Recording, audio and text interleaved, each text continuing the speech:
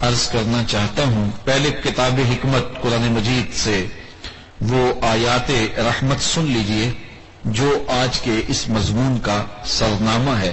والذین یؤتون ما آتوا وقلوبہم وجلہ. اللہ تعالیٰ ارشاد فرماتا ہے کہ وہ لوگ جو خرچ کرتے ہیں اپنے مال کو، اپنے اعمال کو، خیر کو راہ خدا میں پیش کرتے ہیں، وہ قلوبہم وجلہ، اور ان کے دل خوف خدا سے کانپ رہے ہوتے ہیں، انہم الی ربہم راجعون، اس ڈر سے اور اس خیال سے کہ وہ اپنے رب کے حضور پلٹ کے جانے والے ہیں.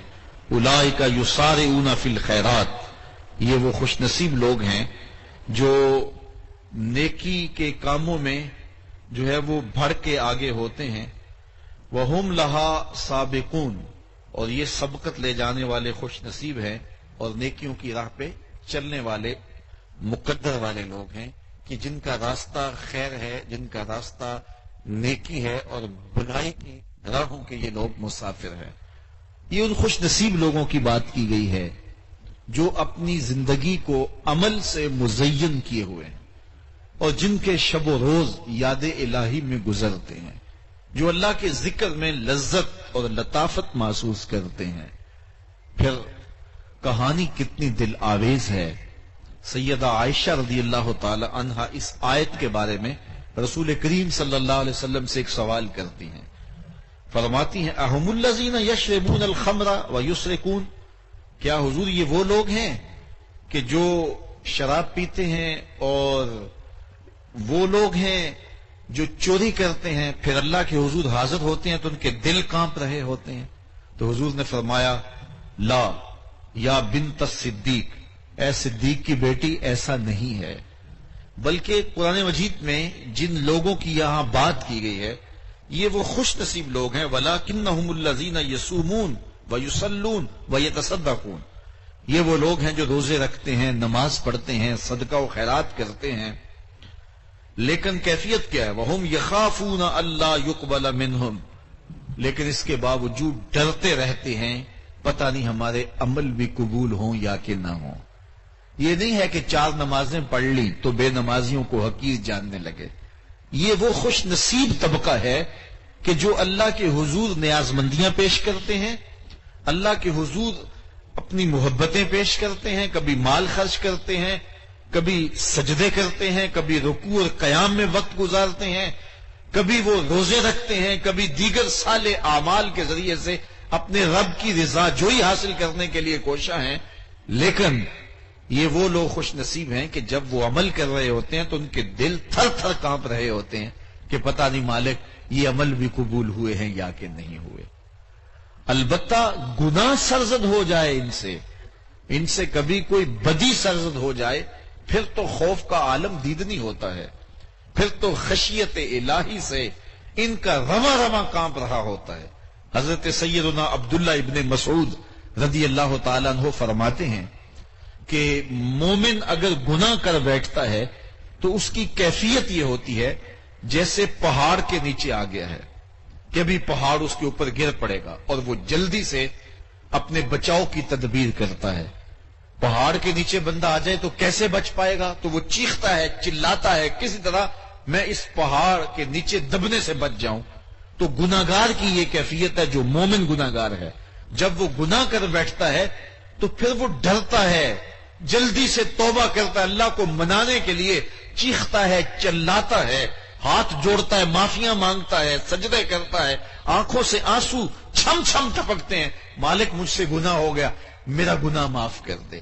حضور علیہ الصلوۃ والسلام کی بارگاہ میں ایک صحابی حاضر ہوتے ہیں، نام ہے ان کا مائز بن مالک اسلمی. مجلس رسول لگی ہے اور وہ آ کے حاضر ہو کے عرض گزار ہوتے ہیں طہرنی یا رسول اللہ صلی اللہ علیہ وسلم، حضور مجھے پاک کر دیجئے. آقا کریم نے فرمایا جاؤ اللہ سے معافی مانگو، وہ بڑا کریم ہے تمہیں معاف کر دے گا. وہ گئے، معافی مانگی، لیکن اتنی بے چینی تھی اندر کہ پھر دوبارہ حضور کی مجلس میں آ گئے اور پھر کہا طہرنی یا رسول اللہ صلی اللہ علیہ وسلم، حضور مجھے پاک کر دیجئے. فرمایا جاؤ اللہ سے معافی مانگو، وہ بڑا کریم ہے تمہیں معاف کر دے گا. وہ گئے، معافی مانگی، لیکن اندر کی بے چینی انہیں ٹھہرنے نہیں دے رہی تھی. پھر حضور کی بارگاہ میں آئے اور پھر کہا طہرنی یا رسول اللہ صلی اللہ علیہ وسلم، حضور مجھے پاک کر دیجئے. حضور نے فرمایا تمہیں کہا ہے اللہ سے معافی مانگو، وہ کریم ہے، گناہگاروں کی توبہ قبول کرتا ہے، جاؤ اس سے معافی مانگو، وہ تمہارا گناہ معاف کر دے گا. وہ پھر گئے اور پھر پلٹ آئے. تو جب چوتھی مرتبہ آئے تو حضور نے فرمایا فیما اطہرو کا، تمہیں کہا ہے کہ اللہ کی بارگاہ میں گناہ سے معافی مانگ لو، وہ تمہیں پاک کر دے گا، لیکن تم پھر پلٹ آئے ہو، اچھا بتاؤ کس گناہ سے تمہیں پاک کرو؟ قال من الزنا، عرض کی مجھ سے بدکاری ہو گئی ہے، زنا سرزد ہو گیا اور ہوں میں شادی شدہ، اور میں چاہتا ہوں کہ اس کی سزا مجھے دنیا پر دے دی جائے. اگرچہ اس کی سزا بڑی کڑی ہے، سخت ہے. جو غیر شادی شدہ بدکار ہے اس کی سزا تو یہ ہے کہ اس کو 100 کوڑے مارے جائیں، لیکن جو شادی شدہ ہے اللہ اس کے وجود کو گوارا نہیں کرتا، اس کو پتھر مار مار کے ہلاک کر دیا جائے کہ اللہ تعالیٰ نے اس کو ستھری اور پاکیزہ بیوی عطا کی تھی، پھر اس نے اپنا منہ کالا کیوں کیا؟ تو سخت سزا ہے رجم کی. تو اس نے عرض کی حضور میں گناہ کر بیٹھا ہوں، مجھ سے بدکاری سرزد ہو گئی ہے، ہوں بھی شادی شدہ، سزا بھی بہت کڑی ہے جانتا ہوں، لیکن میں آخرت کی سزا نہیں اپنے اوپر لینا چاہتا، میں چاہتا ہوں میں دنیا پہ ہی پاک ہو جاؤں اور اللہ کے حضور سرخرو ہو کے پیش ہوں. حضور علیہ الصلوۃ والسلام نے ایک دن جبریل امین سے پوچھا کہ مجھے جہنم کے عذابوں کا ذکر سناؤ. تو جبریل امین عرض گزار ہوئے اخف العذاب، سب سے ہلکا عذاب جو جہنمی کو دیا جائے گا، خفیف ترین عذاب وہ کیا ہوگا کہ اس کے پاؤں میں آگ کے جوتے رکھے جائیں گے، باقی پورا بدن سلامت ہوگا، صرف پاؤں میں آگ کے جوتے ہوں گے. یغلی منہما دماغہ، لیکن دماغ پگھل کے ناک اور کانوں کے راستے سے باہر آ جائے گا. یہ سب سے ہلکے خفیف عذاب کی صورت ہے، اور جو سخت عذاب ہے العیاذ باللہ. تو اس نے کہا حضور مجھے پاک کر دیجئے، میں چاہتا ہوں کہ آخرت کے بدلے میں دنیا پہ سزا کاٹ لوں. حضور نے فرمایا کہ اس کا توازن عقلی تو ٹھیک ہے، کتنی بڑی بات کر رہا ہے. صحابہ نے عرض کی حضور صحیح الحواس ہے. پھر فرمایا کہ یہ نشے میں تو نہیں بول رہا. تو ایک صاحب اٹھے، منہ سونگا، عرض کی نہیں حضور ایسی حالت بھی نہیں ہے، اور وہ بار بار اقرار کر رہا ہے حضور مجھ سے یہ بدی سرزد ہو گئی، میں ستھرا ہونا چاہتا ہوں، میں پاک ہونا چاہتا ہوں. آقا کریم نے فرمایا اس کو لے جاؤ اور سنگسار کر دو. اس کو جب سنگسار کیا جانے لگا تو میرے حضور مسجد نبوی میں تھے. جب اس پہ پتھر برسنے لگے تو حضور کی آنکھوں سے آنسو ٹپکنے لگے. وَأَيْنَا رَسُولِ اللَّهِ تَذْرِفَانِ، حضور کی آنکھوں میں آنسو تھے. کسی نے کہا بندہ نواز خود ہی تو حکم دیا ہے اور خود ہی رو رہے ہو. فرمایا وہ میرا عدل ہے، یہ میری محبت ہے. مبتلائے درد ہو کوئی عذب روتی ہے آنکھ، کس قدر ہم درد سارے جسم کی ہوتی ہے آنکھ. اللہ کے نبی کا امت کے ساتھ تعلق کتنا گہرا ہے. مبتلائے درد ہو کوئی عذب روتی ہے آنکھ، کس قدر ہم درد سارے جسم کی ہوتی ہے. حضور نہیں چاہتے تھے لیکن وہ بار بار اقرار کر رہا تھا. ایک خاتون آئی اور اس نے کہا حضور مجھ سے گناہ سرزد ہو گیا ہے اور میں شادی شدہ ہوں، میرے اوپر حد نافذ کر دی جائے. گواہی یہ ہے کہ میرے پیٹ میں جو بچہ ہے وہ اسی بدکاری کا نتیجہ ہے. آقا کریم نے فرمایا کہ تم جاؤ، جب وضع حمل ہوا تو پھر آنا. وہ چلی گئی، کچھ عرصے کے بعد پھر آ گئی اور اس نے گود میں بچہ اٹھایا ہوا تھا. تو اس نے کہا حضور میں حاضر ہو گئی ہوں، میرے اوپر حد جاری کر دی جائے. آقا کریم نے فرمایا جاؤ اسے دودھ پلاؤ. تو وہ اس کو دودھ پلاتی ہے. کیسا جذبہ تھا، اللہ کا خوف اور خشیت کیسے ان کی نس نس میں سمایا ہوا تھا. تو وہ دودھ پلاتی ہے تو ساتھ اس کو جو ہے وہ روٹی کا ٹکڑا دیتی ہے تاکہ وہ کھانے لگ جائے. حتیٰ کہ وہ روٹی کھانے لگ جاتا ہے تو ٹکڑا اس کے ہاتھ میں بچے کے پکڑا کر حضور کی خدمت میں لے آتی ہے اور حضور سے عرض کرتے حضور دیکھو اب اس نے روٹی کھانا شروع کر دی ہے، اس کو اب میرے دودھ کی ضرورت نہیں رہی، میرے اوپر حد نافذ کر دی جائے. تو اس کے اوپر پھر حد نافذ کر دی جاتی ہے. اب مائز ابن مالک اللہ اکبر ان پر حد نافذ کر دی گئی. چشمان اقدس میں آنسو ہیں. خیر حضرت مائز کا جنازہ اٹھا تو حضور بھی جنازے کے جلوس میں تھے.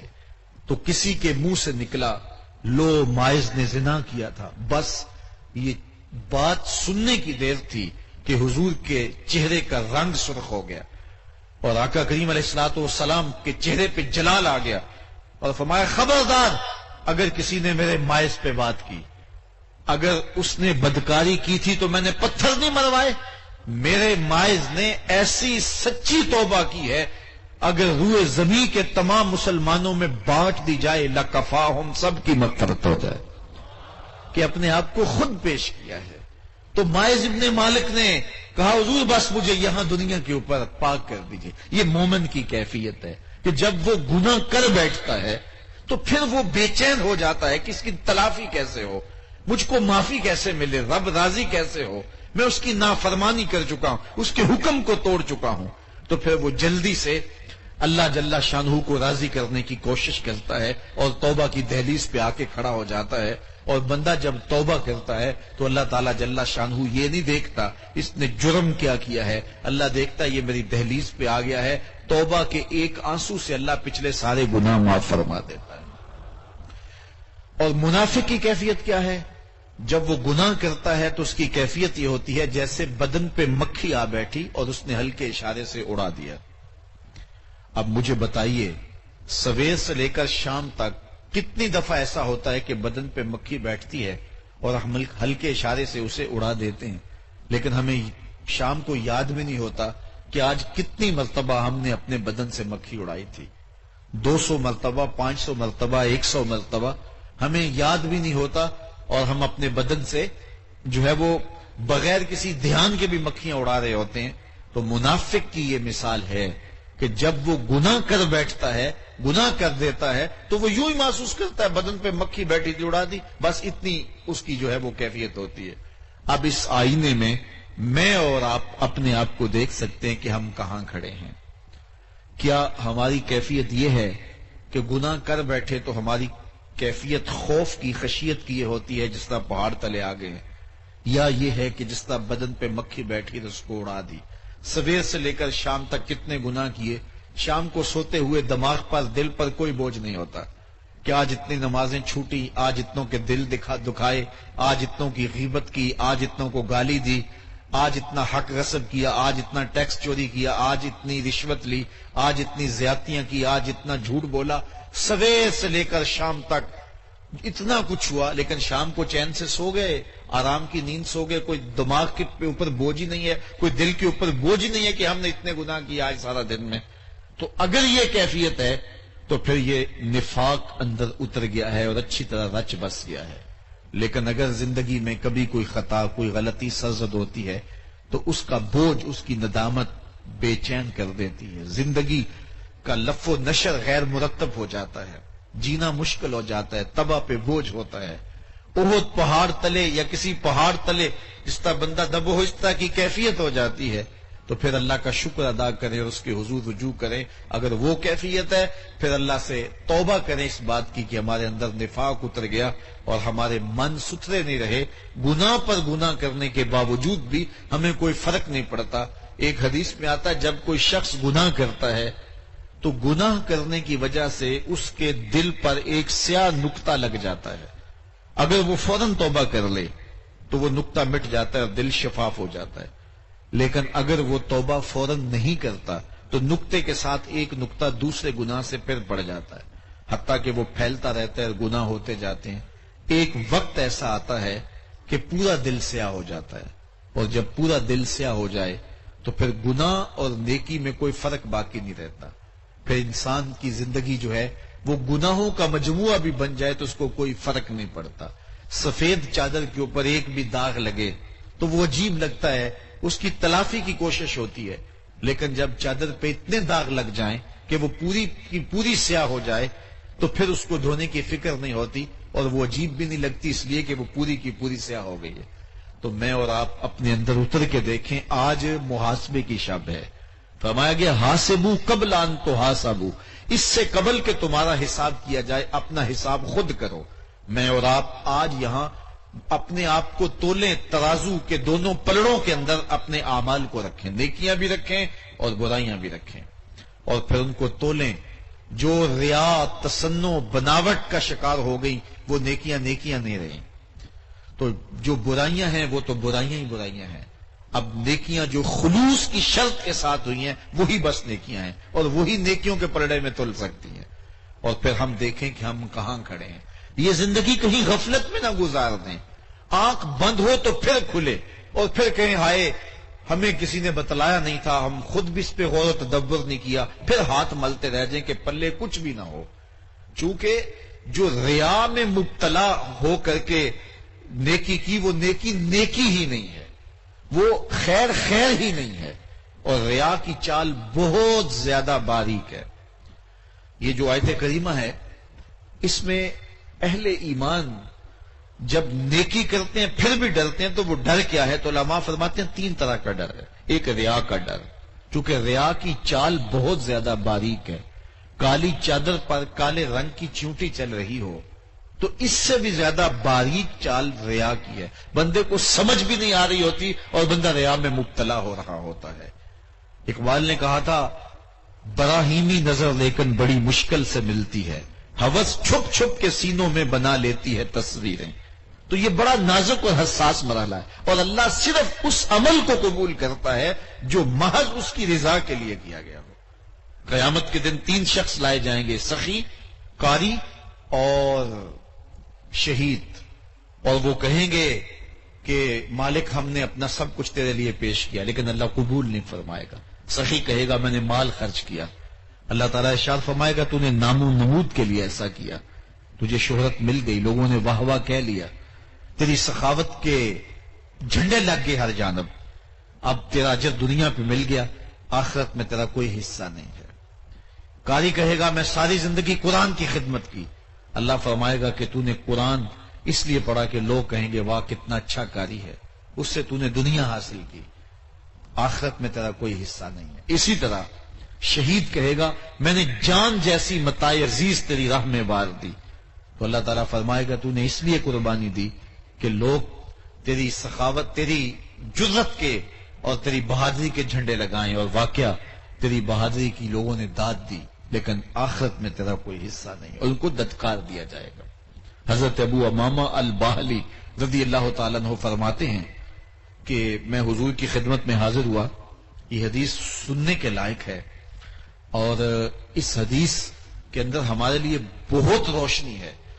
حضرت ابو امامہ رضی اللہ تعالیٰ عنہ فرماتے ہیں کہ میں حضور کی خدمت میں گیا اور میں نے عرض کی حضور اگر کوئی شخص جہاد کرتا ہے حتیٰ کہ وہ راہ خدا میں شہید ہو جاتا ہے، لیکن اس کا مقصد کیا ہے؟ اعلاء کلمت الحق، اللہ کے جھنڈے کو اونچا کرنا، دین کا فروغ، دین کی سربلندی، لیکن ساتھ اس کے دل میں یہ بھی ہے چلو میری ناموری بھی ہو جائے گی، لوگ کہیں گے واہ واہ کتنا بہادر ہے، تو یہ بھی ساتھ ضمن میں یہ چیز بھی اس کے دل میں ہے، لیکن اصل مقصد اس کا اعلاء کلمت الحق ہے۔ تو کیا اس کو اس کا اجر ملے گا؟ آقا کریم نے فرمایا فلا شیء لہ، اس کو کوئی اجر نہیں ملے گا۔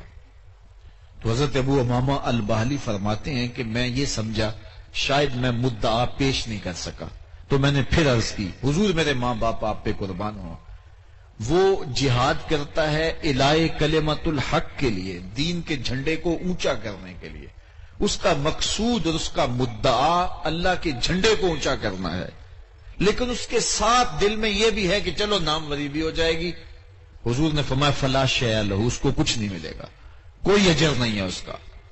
تو حضرت ابو امامہ الباہلی فرماتے ہیں کہ میرے دل میں آیا کہ شاید میں صحیح طرح عرض پھر بھی نہیں کر سکا، پھر میں نے تیسری مرتبہ دوہرا کے کہا حضور وہ اعلاء کلمت الحق کے لیے، دین کا جھنڈا اونچا کرنے کے لیے سب کچھ کر رہا ہے، لیکن ساتھ یہ بات بھی شامل ہوگی چلو میری ناموری بھی تو ہوگی، میری شہرت بھی تو ہوگی۔ حضور نے پھر فرمایا فلا شیء لہ، اسے کچھ نہیں ملے گا، اور پھر فرمایا اللہ صرف اسی کو قبول کرتا ہے، اسی عمل کو قبول کرتا ہے جو محض اسی کے لیے کیا گیا۔ اب میں اور آپ دیکھیں، اپنے اعمال کا محاسبہ کریں، کیا ہمارے کتنے عمل ہیں جو ہدر اور ضائع ہو جاتے ہیں؟ ہم اللہ کی محض رضا کے لیے جو عمل کریں گے وہ عمل ہمارا قابل قبول ہے، جو اللہ کی رضا بھی مطلوب ہو اور بھی چیزیں شامل ہو جائیں تو وہ عمل ہی نہیں ہوگا۔ حضرت بایزید بسطامی علیہ رحمہ یا کسی اور بزرگوں کی کہانی ہے، تو کسی نے کہا وہ گئے تو انہوں نے مکان میں روشن دان رکھا ہوا تھا، تو کہا میں نے روشن دان اس لیے رکھا ہے کہ اس سے تازہ ہوا آئے تو چلو اذان کی آواز بھی آ جائے گی۔ تو کہا صرف اذان کی آواز کی ہی نیت کرنا تھا، تازہ ہوا تو پھر بھی نہ رکتی، وہ تو پھر بھی آتی رہتی، لیکن تمہاری اگر نیت یہ ہوتی تو پھر یہ خالص عمل اللہ کے لیے ہوتا۔ تو ایک تو یہ ہے کہ عمل ریا سے برباد ہو جاتے ہیں، اور دوسری بات عدم قبولیت کا ڈر، یعنی جو ہم کر رہے ہیں اللہ قبول نہ کرے۔ حضرت سری سختی رضی اللہ تعالیٰ عنہ اور دیگر بزرگوں کی ہم کہانیاں پڑھتے ہیں تو وہ اس حوالے سے بہت زیادہ حساس ہیں۔ حضرت حسن بصری رضی اللہ تعالیٰ عنہ یہ بات سوچ کے رو پڑے کہ اللہ تعالیٰ کی بے نیازی ہے، چاہے وہ مجھے جہنم میں ڈال دے۔ حضرت عمر رضی اللہ تعالیٰ عنہ عید کے دن رو رہے تھے، کسی نے کہا کہ آج تو خوشیوں بڑا دن ہے اور آپ رو رہے ہیں۔ کہا مجھے نہیں پتا کہ میرے روزے قبول ہوئے ہیں یا کہ نہیں، اگر قبول ہوئے ہیں تو واقعی عید کا دن ہے، نہیں تو روزے منہ پہ مارے جاتے ہیں۔ تو جو نیکی کرتے ہوئے بھی ڈرتے ہیں وہ اس ڈر سے کہ پتہ نہیں یہ عمل قبول بھی ہوئے ہیں یا کہ نہیں ہوئے۔ تیسری بات علماء فرماتے ہیں کہ خاتمہ بالسوء کا خوف، کہ ایسا نہ ہو کہ ہمارا انجام برا ہو جائے۔ کتنے لوگ ہوتے ہیں کہ جن کی ساری زندگی اچھی گزرتی ہے، آخر میں جا کے عقیدہ خراب ہو گیا، عمل خراب ہو گیا، تو سارا کیا کترا سب کچھ برباد ہو گیا۔ میاں صاحب فرماتے کیتی کتری پئی خو محمد سکہ بنے زردہ۔ کتنے لوگ ہیں کہ کتنے کمال پہ ہوتے ہیں لیکن آخر ٹھیک نہیں ہوتا۔ بلعم بن باورا کی مثال ہمارے سامنے ہے۔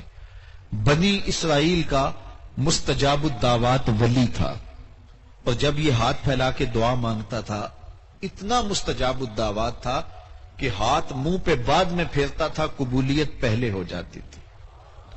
لیکن پھر ہوا کیا کہ نبی کے خلاف اس نے ہاتھ اٹھا دیے۔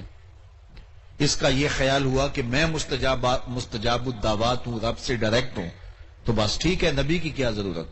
تو نبی کے وقت کے نبی کے خلاف اس نے ہاتھ اٹھا دیے، پھر زبان لٹک گئی، زمین چاٹتا تھا۔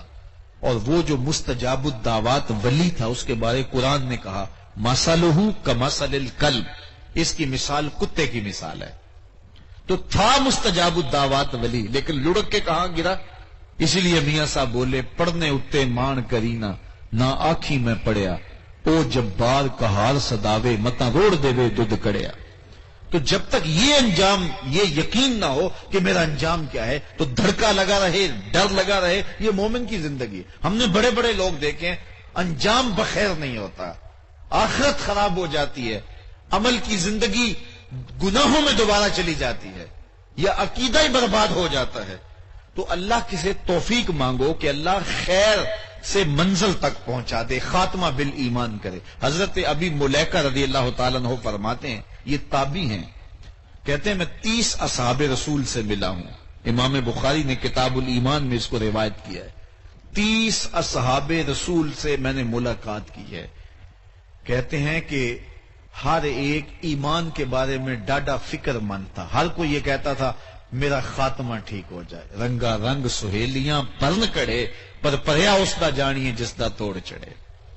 حضرت بایزید بسطامی سے ایک بڑھیا نے پوچھا حضرت آپ کی داڑھی اچھی ہے یا میرے گدھے کی دم اچھی ہے؟ یہ سوال کوئی مجھے پوچھے پھر جانے کہاں پائے، لیکن بایزید رو پڑے، کہا بڑھیا تیرے سوال کا فی الحال جواب میرے پاس نہیں ہے، یہ تو مرنے کے بعد ہی بتا سکتا ہوں۔ بایزید بسطامی علیہ رحمہ کا 72 سال کی عمر میں انتقال ہو گیا۔ بڑھیا کو خواب میں ملے، اس نے کہا میرا سوال وہیں کھڑا ہے۔ تو حضرت بایزید فرمانے لگے اللہ کا شکر ہے میرا خاتمہ ایمان پہ ہو گیا، اب تیرے گدھے کی دم کو میری داڑھی سے کیا نسبت ہو سکتی؟ تو بڑھیا نے کہا بتائیے آپ کے رب نے آپ کے ساتھ سلوک کیا کیا؟ تو حضرت بایزید بسطامی فرمانے لگے کہ جب میں مالک کے روبرو پیش ہوا تو مالک نے کہا اے بوڑھے بتا میرے پاس کیا لے کر آیا ہے؟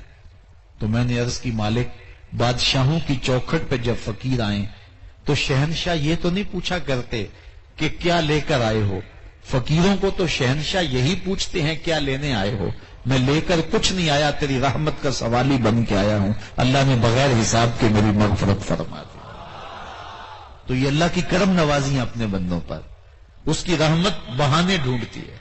امام ابو نعیم الاصفہانی نے حلیہ میں لکھا، حضور علیہ الصلوۃ والسلام کے فرامین کو اس میں جمع کیا، بزرگوں کے قوائل کو جمع کیا۔ یہ 4 صدی کے مجدد ہیں اور 4 صدی کے محدث بھی ہیں۔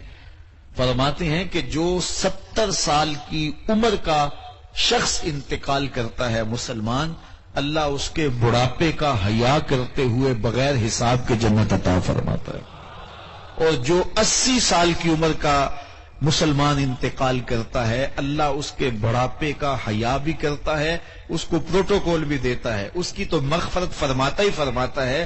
اس کو اللہ اپنے خاندان کے، اس کے خاندان کے کئی ایسے اشخاص کہ جن کو جہنم کا حکم ہو جائے گا، ان کی شفاعت کا حق بھی عطا فرمائے گا۔ اللہ، اس لیے فرمایا گیا کہ بوڑھوں کی عزت کرو، ان کی نیکیاں زیادہ ہیں، اور چھوٹوں پہ شفقت کرو، ان کے گناہ کم ہیں۔ تو خاتمہ بالسوء کا ڈر کہ میرا انجام بخیر ہو، کہیں انجام برا نہ ہو جائے، یہ مومن کی زندگی ہے۔ اور پھر جس دور سے میں اور آپ گزر رہے ہیں، یہ تو فتنے کا دور ہے۔ حضور علیہ الصلوۃ والسلام نے ارشاد فرمایا، یصبح الرجل مؤمنا ویمسی کافرا ویمسی مؤمنا ویصبح کافرا۔ صبح بندہ مومن ہوگا، شام کو کافر ہوگا، شام کو مومن ہوگا، صبح کافر ہوگا۔ اللہ اکبر۔ یبیع الرجل یبیع دینہ بعرض من الدنیا۔ آدمی اپنی دنیاوی خواہشات کے لیے، دنیاوی ضرورتوں کے لیے اپنا دین بیچے گا۔ دنیا کے چند ٹگوں کی خاطر لوگ دین فروخت کرتے پھریں گے، وہ وقت آئے گا۔ امام غزالی آج سے صدیوں قبل فرماتے ہیں، جس دور کی نشاندہی رسول اللہ نے کی ہے، وہ دور میرا دور ہے۔ حضرت داتا گنج بخش علی اجویری کشف المعجوب میں پڑھے، وہ فرماتے ہیں وہ فتنے کا دور میرا دور ہے، اور ہم تو اس سے بھی 1000 سال پیچھے ہیں۔ تو کیا آج ایمان کو محفوظ رکھنا کوئی معمولی بات تو نہیں ہے؟ متاع ارزاں ہو گئی ہے ایمان۔ پاکستان میں آپ کو بتاتا ہوں، ایک محتاط اندازے کے مطابق صرف پاکستان میں 1 سال کے اندر بیرون ملک جانے کی لالچ میں 10,000 لوگ اپنے آپ کو مرزائی لکھ رہے ہیں۔ متاع ایمان اتنی سستی ہو گئی ہے، چند ٹگوں کے لیے لوگ دین بیچ دیتے ہیں۔ آدمی دنیاوی خواہشات کے لیے اور دنیاوی چیزوں کے لیے اپنا دین فروخت کرے گا، تو اللہ تعالیٰ سے پناہ مانگنی چاہیے، اللہ تعالیٰ کی حضور عرض کرنا چاہیے، مالک جو ہے وہ مجھے پناہ اور امان اور حفاظت میں رکھنا، اپنی پناہ میں رکھنا، اپنی امان میں رکھنا، کہیں ایسا نہ ہو کہ کسی نازک موقع پر میں اس فتنے کا شکار ہو جاؤں۔ اللہ اکبر۔ حضور فرمایا، لا یبقى من الاسلام الا اسمہ ولا یبقى من القرآن الا رسمہ مساجدہم عامرۃ وہی خراب من الہدی۔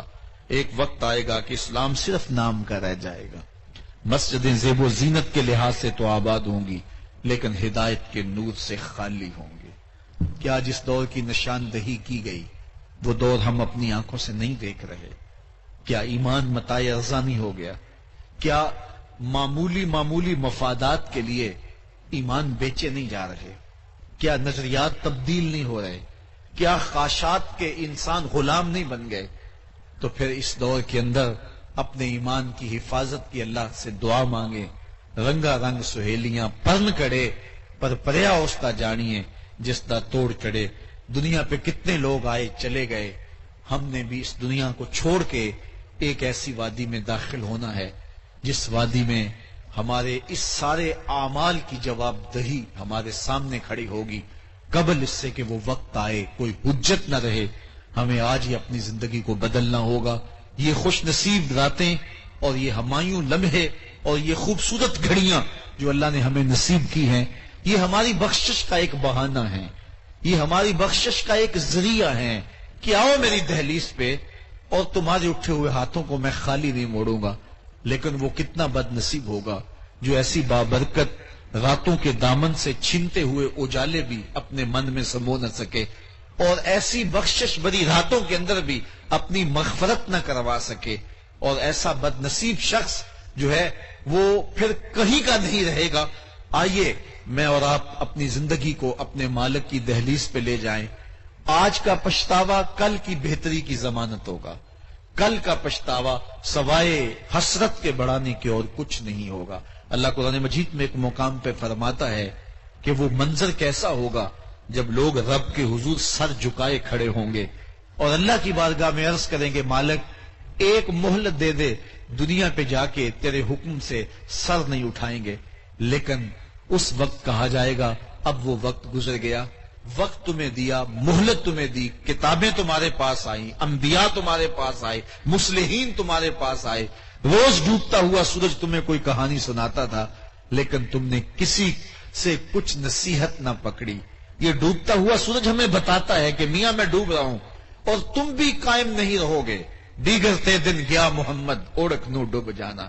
یہ زندگی، یہ سورج کی کبھی جوانی ہوتی ہے، کبھی بچپن اور کبھی بڑھاپا، یہ سب کچھ ہمارے لیے عبرت ہے۔ یہ پھیلی ہوئی قبریں یہ ہمارے لیے عبرت گاہیں ہیں۔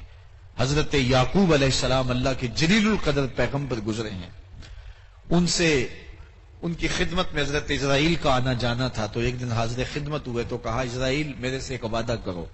کہا جی ارشاد فرمائیے۔ کہا میرے پاس قبض روح کے لیے اچانک نہیں آنا، پہلے کوئی قاصد یا پیغام بھیج دینا تاکہ میں موت کی تیاری کر لوں۔ مجھے اور آپ کو کون پوچھتا ہے، لیکن نبیوں کو تو اللہ نے اختیار دیے ہیں۔ کہا ٹھیک ہے حضرت میرا وعدہ رہا، قبض روح کے لیے آنے سے قبل آپ کو کوئی میسج، کوئی پیغام بھیجوں گا تاکہ آپ موت کی تیاری کر لیں۔ نبی تو ہر دم تیار ہیں، یہ سب کچھ تعلیم امت کے لیے ہوتا ہے۔ کچھ عرصہ گزرا تو حضرت اسرائیل حاضر خدمت ہوئے، پوچھا کدھر آئے ہو؟ کہا قبض روح کے لیے آیا ہوں۔ کہا تم نے تو وعدہ کیا تھا کہ اچانک نہیں آؤں گا، پہلے کوئی قاصد بھیجوں گا، کوئی پیغام بھیجوں گا، اور تم اچانک آ گئے۔ فرمایا کہ تم اچانک پہنچ گئے۔ کہا جناب میں اچانک نہیں آیا، میں نے قاصد بھیجے تھے۔ فرمایا میرے پاس تو ایک بھی نہیں آیا۔ تو کہا حضرت آپ کے سامنے کتنے لوگوں کی موت واقع ہوئی، یہ میرا قاصد نہیں تھا تو اور کیا تھا۔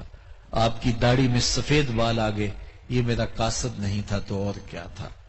جب کمر میں خم آنے لگے، جب یادداشت کھونے لگے، جب نظر کم پڑنے لگے، جب اعضاء مدمحل ہونے لگے، جب چلتے ہوئے ٹھوکریں لگنے لگے، جب جنازے اٹھتے دکھائی دیں، تو یہ موت کا پیغام ہے، یہ موت کا پیغام ہے۔ یہ اٹھتے ہوئے جنازے ہمارے لیے پیغام ہے کہ ہم جا رہے ہیں صاحبو، تم بھی ہمارے پیچھے آنے والے ہو۔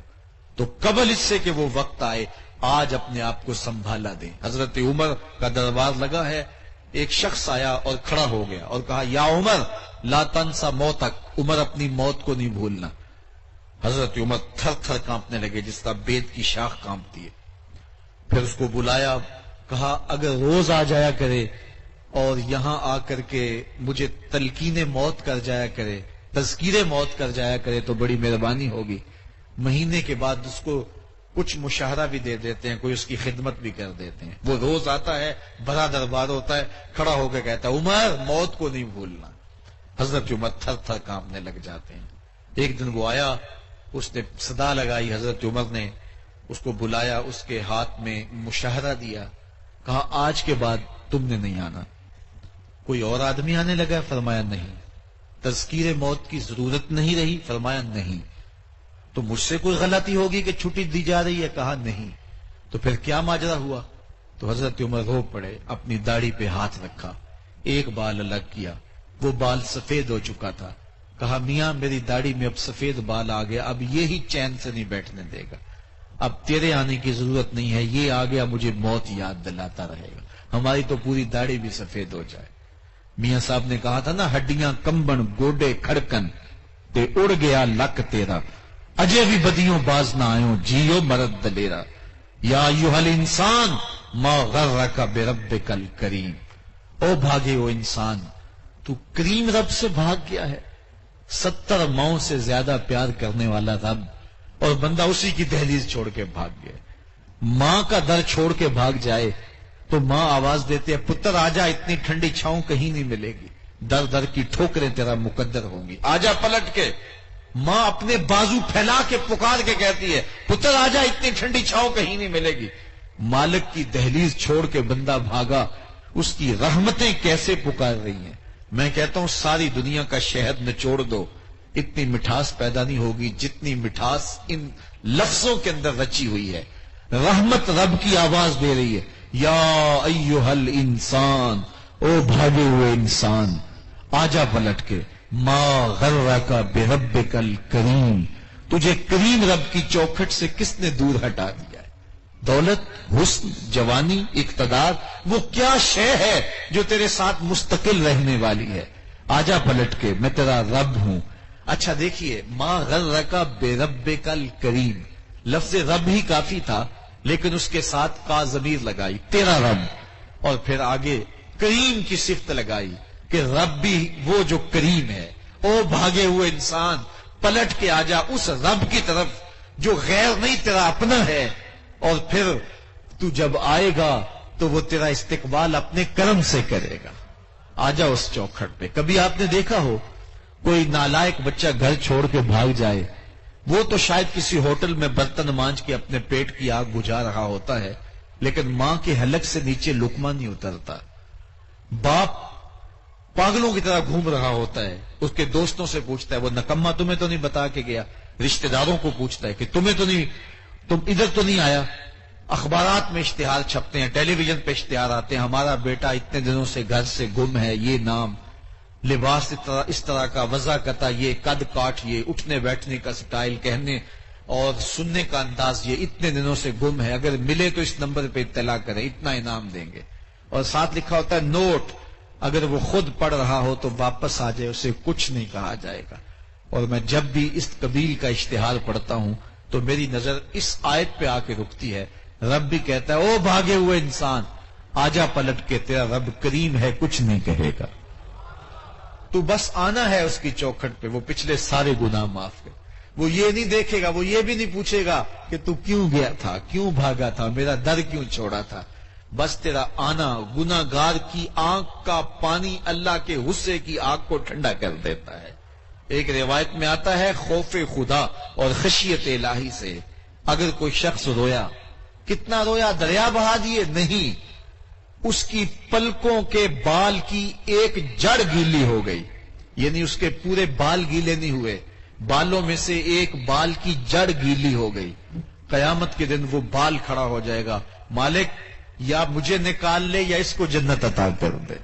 اللہ اس بال کی سفارش مان کے اس کو جنت عطا فرمائے گا۔ تو میرے بندے آجا پلٹ کے، دیکھ میں تیرا رب ہوں۔ اچھا پھر آگے دیکھیے، بے ربک الکریم الذی خلقک کا کہا، دیکھ تیرا اس کا رشتہ کتنا گوڑا ہے، وہ تیرا خالق لگتا ہے، یعنی دیکھ تعلق تیرا کتنا ہے۔ میں کہتا ہوں ماں کا بیٹے کے ساتھ جو تعلق ہے دنیا کے کسی ترازو پہ تولا نہیں جا سکتا۔ ماں اولاد کے ساتھ جو پیار کرتی ہے، جو محبت کا ربط ہے، دنیا کے کسی کے ترازو پہ تولا نہیں جا سکتا۔ دکھ جھیل لیتی ہے، تکلیفیں گوارا کر لیتی ہے، اولاد کا پیٹ پالنے کے لیے کسی کے گھر کے برتن مانجنے پڑے تو ماں اس سے بھی گریز نہیں کرتی۔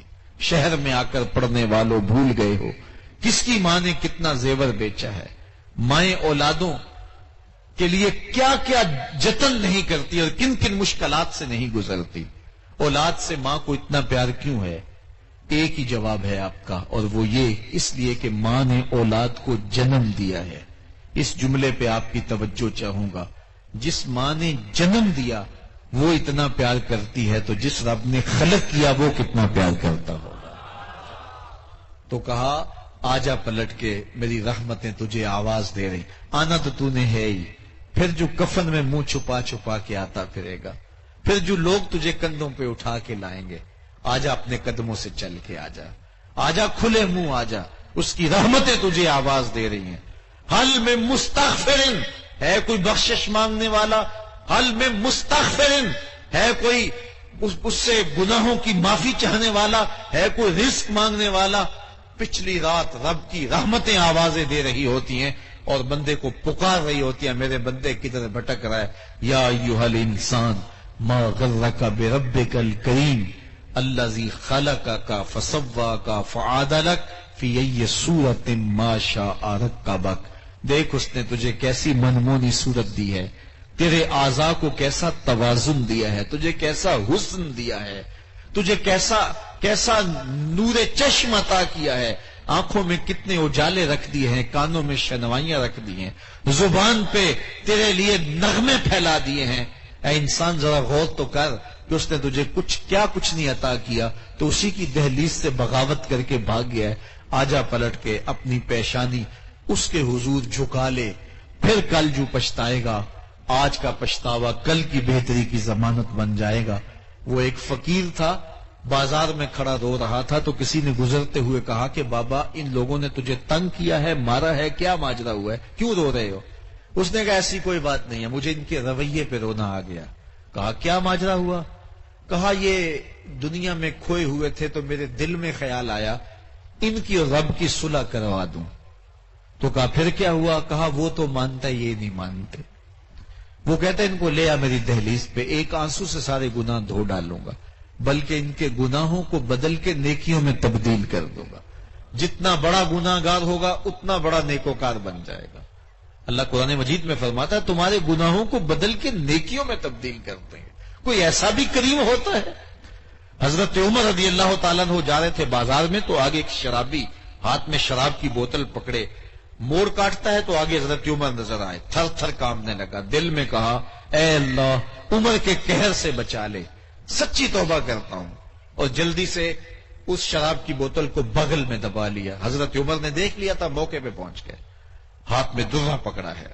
عمر تو پھر عمر تھے، ان الشیطان یفر من ذل عمر، فرمایا میرا عمر وہ ہے جس کے سائے کو دیکھ کے شیطان بھی بھاگتا ہے۔ تو حضرت عمر نے ہاتھ میں درہ پکڑا، روک تو حضرت عمر کا تھا، قریب گئے تو کڑک کے پوچھا کہ یہ تیری بغل میں کیا ہے؟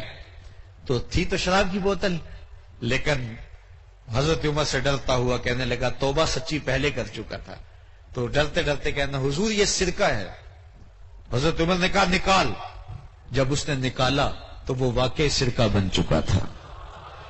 اگر سچی توبہ ہو تو شراب بھی بدل کے سرکے میں تبدیل ہو جاتی ہے، تو کیا گناہ بدل کے نیکیوں میں تبدیل نہیں ہوں گے؟ تو کہا یہ دنیا میں کھوئے ہوئے تھے، میں نے ان کو دیکھا، ترس آیا، رحم آیا، تو میں نے ان کو کہا کیوں کھوئے ہو، آؤ مالک کی دہلیز پہ چلتے ہیں، اس کے حضور توبہ کرتے ہیں۔ تو یہ الٹا میرا مذاق اڑانے لگے، کہنے لگے کہ جا تو اپنا کام کر، تجھے کیا پتا کہ یہ کاروبار زندگی کیا ہوتا ہے۔ وہ ایک فقیر بادشاہ کے دربار میں جا نکلا نا، تو کہا کہ بادشاہ یہ تخت و تاج کیا ہوتے ہیں، اس کی کوئی قیمت نہیں ہے۔ تو بادشاہ ہنس کے کہنے لگا اس فقیر کو باہر نکالو، اسے کیا پتا ہے کہ تخت و تاج کیا ہوتے ہیں، اس کی لذت کیا ہوتی ہے۔ جب خدام کھڑے ہوتے ہیں، استقبال کر رہے ہوتے ہیں، جب تخت پہ بیٹھے اور ساری رعایا نیچے بیٹھی ہوتی ہے، کیا لطف ہے اس بیچارے کو کیا پتا۔ اس نے کہا کوئی قیمت نہیں، یہ بے توقیر ہے سب کچھ۔ اس نے کہا نکالو فقیر کو، اس کو کیا پتا۔ بادشاہ ایک دن شکار کرنے گیا تو وہاں اس کا گھوڑا جو ہے وہ سرکش ہو گیا، اور ایسی جگہ پہ لے گیا کہ جہاں نہ پانی تھا اور نہ کوئی اور چیز۔ بادشاہ وہاں ہانپ رہا ہے کہ وہی فقیر مشکیزہ ڈالے ہوئے گزرا اور آواز دے رہا ہے پانی لے لو، پانی لے لو۔ بادشاہ کی تو موت واقع ہونے والی تھی، آخری ہچکیاں تھی، تو اس نے آواز دی پانی۔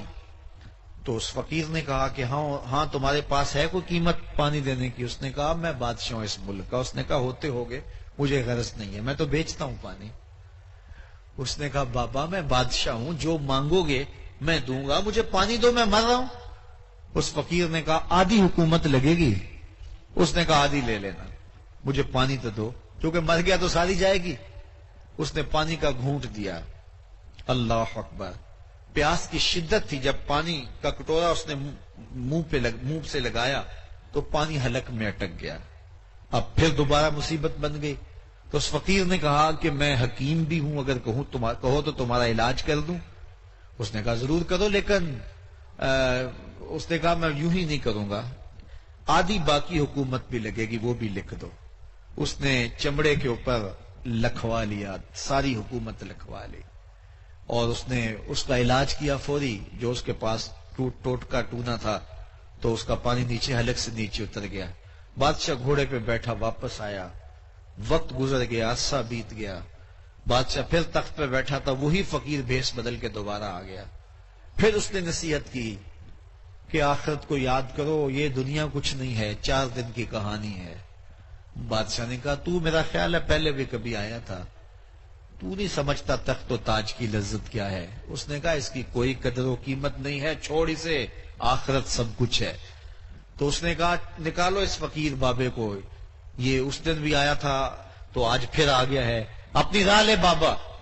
اس فقیر نے اپنے تھیلے سے وہ چمڑے کی دستاویز نکالی جس کے اوپر اس نے ساری حکومت لکھ کے دی تھی۔ اس نے کہا بادشاہ یہ ہے تیری حکومت کی قیمت، صرف 2 گھونٹ پانی، جس پر تو نازاں ہے، جس پر تجھے فخر ہے۔ تو اس فقیر نے کہا جناب اس دنیا کی کوئی ایسی نکاح، جا اپنے کام لگ۔ تو کہا ان لوگوں کے رویے نے مجھے رلا دیا ہے۔ اگلے دن وہی شخص قبرستان کے قریب سے گزرا تو وہ بابا وہاں کھڑا رو رہا تھا۔ تو کہا بابا تو قبرستانوں میں بھی روتا ہے، بازاروں میں بھی روتا ہے، آج کیا ماجرا ہے؟ کہا کل ان سے مایوس ہوا تو آج ادھر نکل آیا، اور آج میرا ذہن یہ بنا ان قبرستان والوں کی اور رب کی صلح کروا دوں۔ تو کہا پھر آج کیا ہوا؟ کل کہا ان کے پاس گیا تھا، وہ رب تو مانتا تھا، وہی نہیں مانتے تھے۔ تو کہا آج کیا ہوا؟ کہا آج یہ مانتے ہیں، وہ نہیں مانتا۔ تو قبل اس سے کہ وہ ماننے سے انکار کر دے، سورج مغرب سے طلوع ہو جائے، توبہ کا دروازہ بند ہو جائے، سانسیں اٹک کے حلق تک آ جائیں، اور ہماری زندگی کا دفتر سمیٹ دیا جائے، اور پھر پچھتائیں ہائے جو چند لمحے ضائع کیے، ہائے جو زندگی برباد کی، وہ کیوں برباد کی۔ کل کے پچھتاوے سے بہتر آج کا پچھتاوا، زندگی پلٹ ہوگا، وقت پر کافی ہے ایک قطرہ بھی آب خوش ہنگام کا، جل گیا جب کھیت برسا می تو پھر کس کام کا۔ آئیے میں اور آپ اپنی زندگی کو مالک کی چوکھٹ پہ، مالک کی دہلیز پہ لے جائیں، اس کے حضور سچی توبہ کریں، رجوع لائیں، اپنے گناہوں سے معافی مانگیں، وہ کریم ایک آنسو سے سارے گناہ معاف کر دے گا۔ لیلۃ الشعبان، نصف شعبان، آج بابرکت شب ہے، شب برات۔ یہ گھڑیاں زندگی میں ہمیں ایک بار پھر نصیب ہوئی ہیں، اللہ بار بار نصیب کرے، اور ان گھڑیوں کے دامن سے پھوٹتی ضیائیں ہمارے اندر کے اندھیروں کو مٹا ڈالیں، اور آج ہم ایک نئی زندگی لے کر کے یہاں سے پلٹیں، اپنی آخرت کی تیاری کریں، کاروبار دنیا بھی کریں، لیکن اصل ہماری زندگی آخرت کی زندگی ہے۔ صحابہ کو خندق کھودتے دیکھا تو پیار آیا تو یہی کہا اللہم ان العیش عیش الآخرہ، اے اللہ زندگی تو آخرت کی زندگی ہے، فاغفر للانصار والمہاجرہ، میرے انصار کو بھی بخش دے، میرے مہاجروں کو بھی بخش دے۔ تو اللہ تعالی ہم سب کی مغفرت فرمائے۔ ابھی سلام ہوگا، سلام کے بعد اللہ کی بارگاہ میں ہم دعا کریں گے، اللہ تعالی جل شانہ ہم سب کو اپنی پناہ میں، امان میں اور حفاظتوں میں رکھیں، اور اس کے بعد پھر صلاۃ التسبیح مسجد کے مرکز کے ہال میں ادا کی جائے گی۔ بہتر یہ ہے کہ جن کے ذمے قضا نمازیں ہیں وہ اپنی قضا نمازوں کو پڑھیں، آج سے شروع کریں۔ قضا نمازیں توبہ کرنے سے معاف نہیں ہوتی، بلکہ وہ بندے کے ذمے واجب الادا ہوتی ہیں۔ ہر نماز کے ساتھ جو نوافل پڑھتے ہیں، اگر قضا نمازیں ہیں تو نوافل کی جگہ آپ قضا پڑھیں، اور جو ہے وہ اللہ کے حضور اپنی ماضی کی خطاؤں سے معافی مانگیں۔ اللہ مجھے آپ کو اپنی رحمتوں کے سائے میں رکھے۔ وآخر دعوانا ان الحمدللہ۔